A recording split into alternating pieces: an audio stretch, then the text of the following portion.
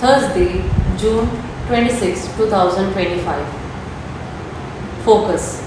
Not everyone who says to me, Lord, Lord, will enter the kingdom of heaven, but the one who does the will of my Father. Jesus makes it crystal clear that doing God's will is an essential qualification to enter the kingdom of heaven. But how can we discern God's will in a particular troubled situation? Jesus himself provides the answer. We need to be wise enough to build our lives on the rock of God's word, both hearing and doing, that will help us understand what we are going through and what might be God's solution. We also need to follow his promptings. He inspires us through his Holy Spirit, our guardian angel, or our loved ones.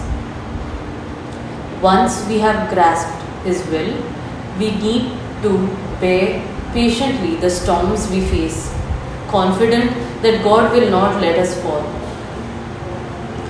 On the other hand, acting against God's will or trying to circumvent it could have dire consequences, as Abram and Sarai discovered. They could not wait for God's promise. Your very own son shall be your heir, to be fulfilled. Instead, Sarai proposed that Abram should produce his heir through Hagar, her Egyptian servant, and Abram willingly obliged. This brought Sarai years of jealousy and heartbreak, and Abram great domestic turmoil. Fruit. There is no storm that God cannot deliver us from.